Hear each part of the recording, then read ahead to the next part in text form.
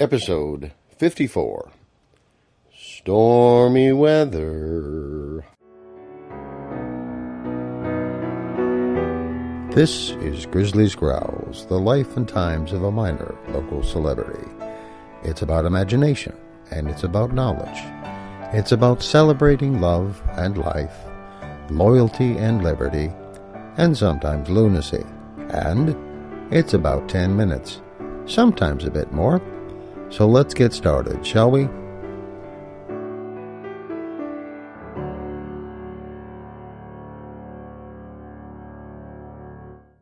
Part 1. So, how about that weather? Hello again. Interesting times. Kind of out of the blue this last week, the National Weather Service announced a blizzard watch for Duluth, Minnesota, my hometown, from Thursday night through Saturday morning. Now, oddly enough, everybody around us got a winter storm watch. We got a blizzard watch. Last Thursday night, big storm that had been causing trouble out west finally reached us, and everybody else got their winter storm, and we got a blizzard. Now, this is not to say the other folks in the area didn't get serious weather. We might have gotten a bit worse. More wind was the big difference, but nobody got off scot-free that I'm aware of. North of us and west and south, winter storm. East, gale warnings out on the lake, of course, and more winter storm along the shore. And we got a blizzard.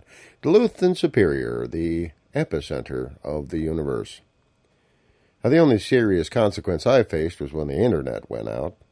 A couple of brief power outages, blinks, really, brought it down. Got the service back up again, though, fairly quickly. You know, there are two quotes about Duluth weather from Mark Twain, actually. He said, "The coldest winter I ever spent was a summer in Duluth." Given it's April and we're having blizzards, that's about right. The other was, also appropriate, "Duluth is 9 months of winter and 3 months of bad sledding." I'd like to add another. Tentatively, it's on awaiting approval to be official. "April showers bring May snowbanks." Or words to that effect. I mean, no worries. By the middle of next week, it'll all be melted and we'll have flooding, I suppose.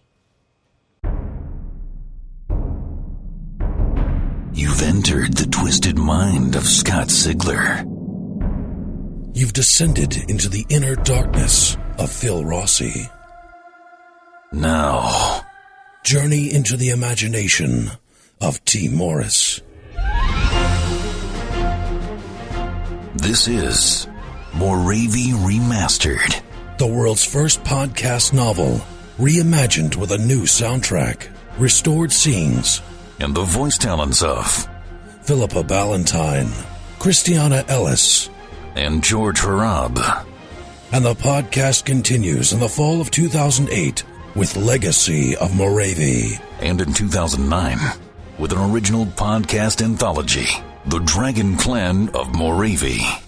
A project so sweeping in scope, an adventure so epic in scale, it takes two ballsy voiceover professionals to cut the promo. Moravy Remastered.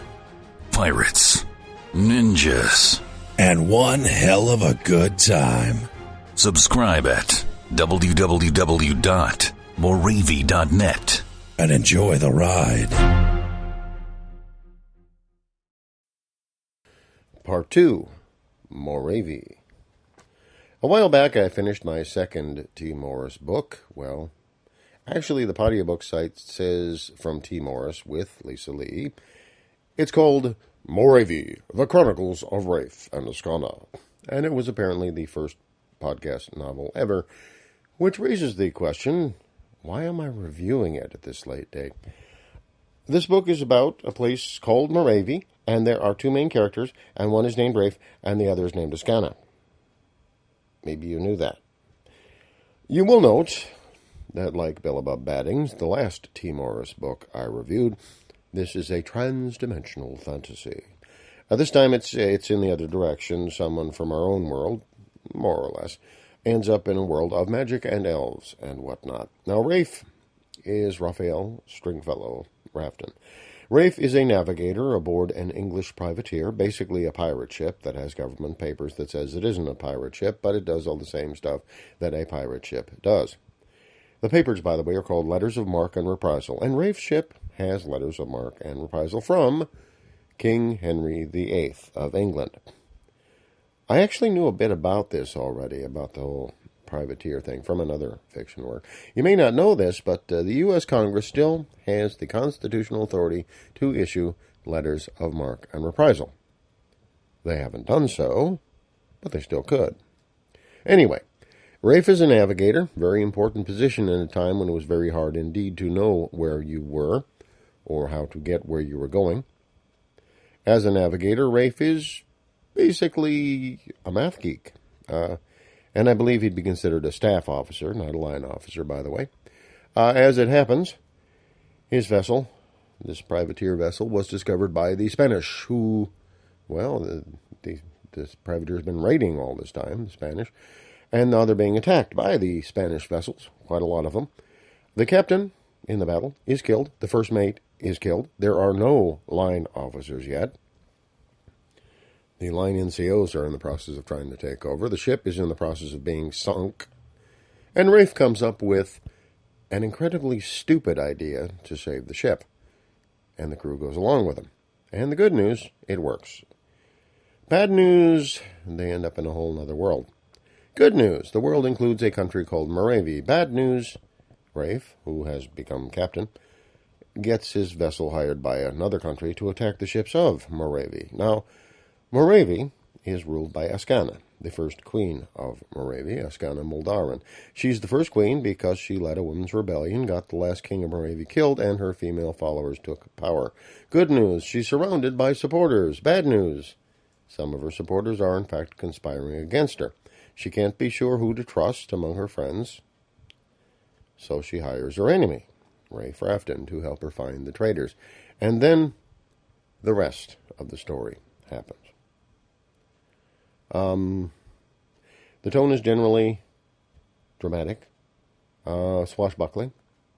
It reads kind of like a pirate novel, I would have to say, overall. And I think you'll like it. If you're one of the 3 or 4 people who haven't already listened to it. I see fantasy books, and I suppose any novel, modeled... the model I use is sort of a day, 24 hours. I'm sure there are thousands of books out there that have better explanations and have better terms to use, but I follow the day structure. At least as of today, I use that structure because I just made it up. Anyway, generally a fantasy story starts in the late afternoon. Still fairly light out. It's been lighter. And the darkness is coming. Now in the afternoon, we learn about the apparent strength of the heroes, but we also learn that night is falling. And then the night falls. We find the heroes aren't as strong as they appeared or they needed to be. We learn they don't have the allies they thought they had. We discover just how powerful the bad guys are, and how the remaining strength and allies of the heroes can't possibly beat the enemy. And when it's darkest, along comes the dawn. It's always darkest just before the dawn. Everybody knows that. The heroes recover some of their old strength, still not enough, and discover new strengths, still probably not enough. They may recover an ancient weapon from an earlier dawn, as it were.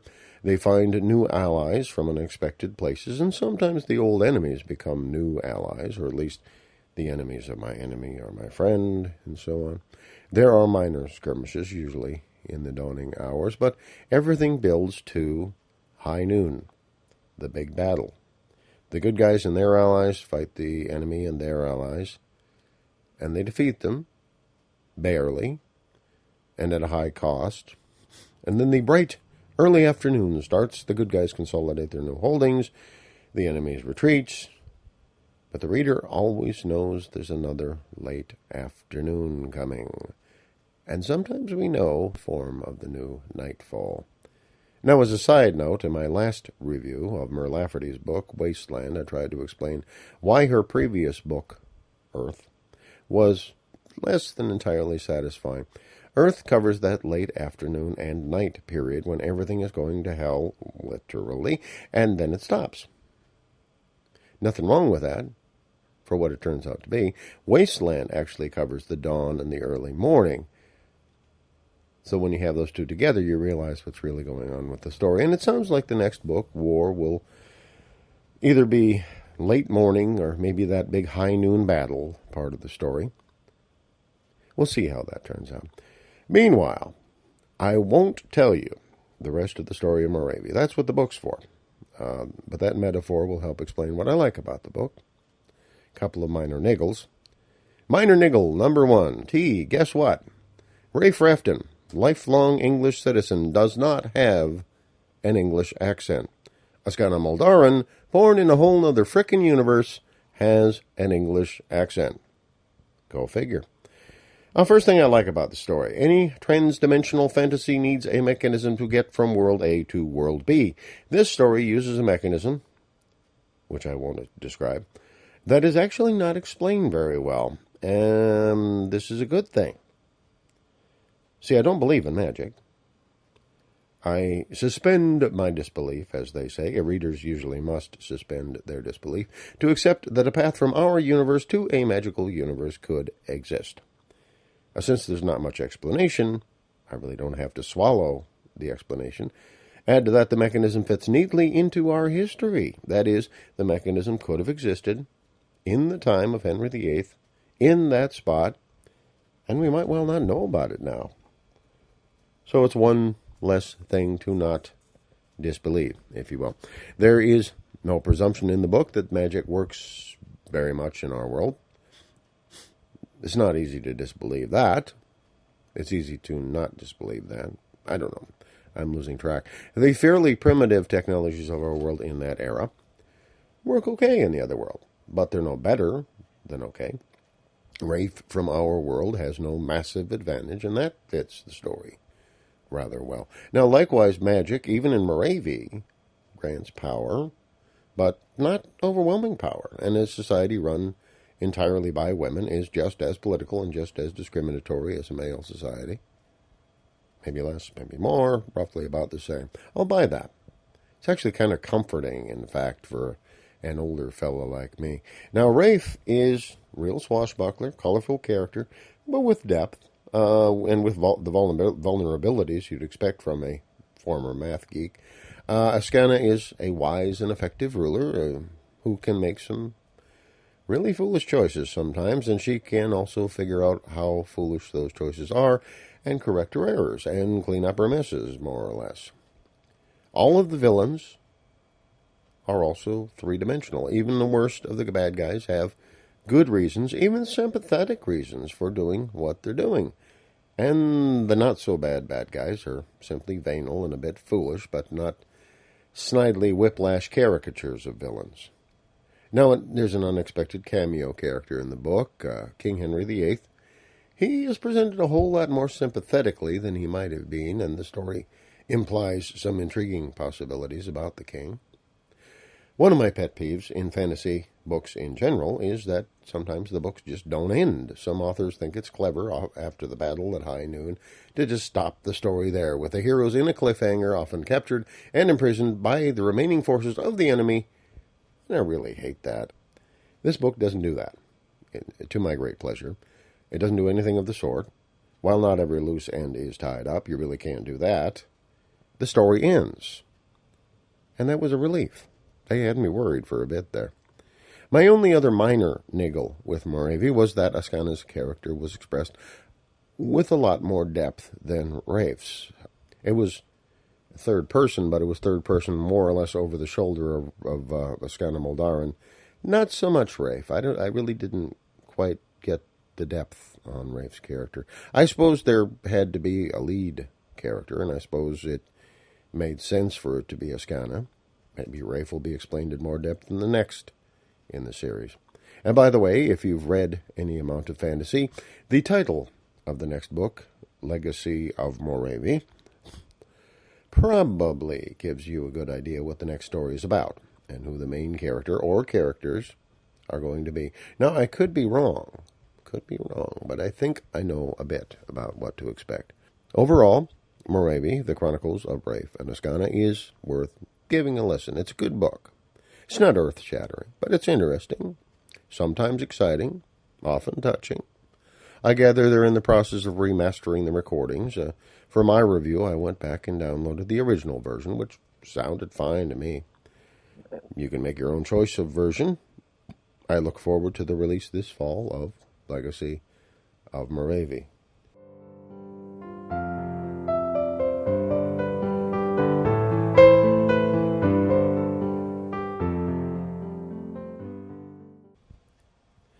Part 3. Under Construction. You may have been watching my tinkering with my old Changeling Turkey blog. I still haven't figured out what to do with CT, but I hate to discard my first blog ever. Haven't really gotten the podcast part of that working right, though. I was going to move all my storytelling audio over there, but now I'm wondering if I don't want to keep all my work here on this feed to help this podcast grow new audience. Now, maybe I'll hold off till I have something really different to put over there. Stay tuned. I'll think of something. I've also tried to do a bit of development of the Grizzlies Growls group on Facebook. I really have no idea what I'm doing, but I'm paddling as fast as I can. It is perhaps a bad idea to tinker as much as I have with Facebook because it takes away from the core project, this show itself. I have a tough enough time to find things to talk about as it is. I added this knighthood game on my Facebook account that Mer Lafferty invited me into. I don't know if I even like it. I do know I don't understand it very well, but I haven't managed to get wiped out yet. I don't have enough vassals in the game to accomplish much. So if you like that sort of thing, if you're on Facebook, stop by my Facebook profile and consider becoming my vassal. God, that sounds awful, doesn't it? I've also got a Twitter account now. I put stuff on there periodically. It seems like it ought to be a nice spot to put those little thoughts that come to mind when one ought to be actually working on something. I keep hearing about Twitter from other podcasters, so I had to set up my own Twitter account. I don't follow much of anybody else, but I got some clever new software to play with on Twitter anyway. I'm gradually getting buried in technological toys and projects, and it seems like I haven't heard Mer Lafferty's show I should be writing in an awfully long time. That might even help get me writing again. You never know.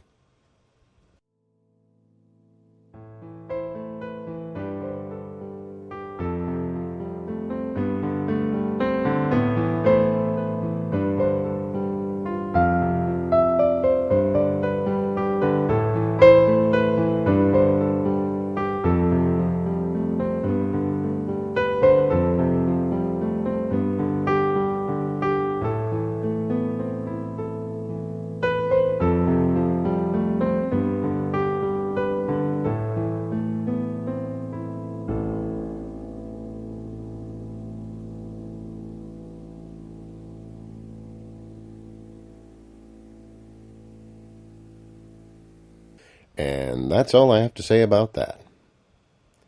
Now, if you enjoyed the show, especially if you have some advice to offer on what the heck to do with Changeling Turkey or my other toys and projects, drop me a line sometime. I'd be glad to hear from you. Now, the show is sponsored by donations from people like you and by donations from me, too, I suppose. Now, the next It Doesn't Suck tune is from Charlie Ray Glasgow out of someplace called 10 States, Minnesota. I have no idea where 10 States, Minnesota is.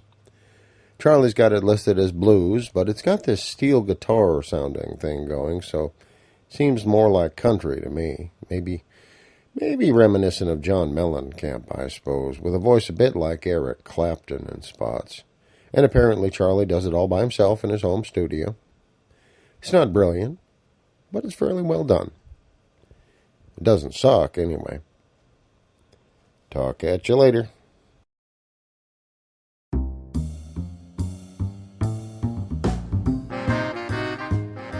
Thank you for listening to to Grizzly's Growls, the life and times of a minor local celebrity. If you like what we're doing, create, participate, motivate. Create your own comment at the website, hosted by Liberated Syndication at grizzly.libsyn.com, and your word will be heard. Participate with a call to our comment line at 206-202-1548, or in our Facebook group, or in our Yahoo group, and motivate others to listen. This show is released under a Creative Commons Attribution, Non-Commercial, No Derivatives license.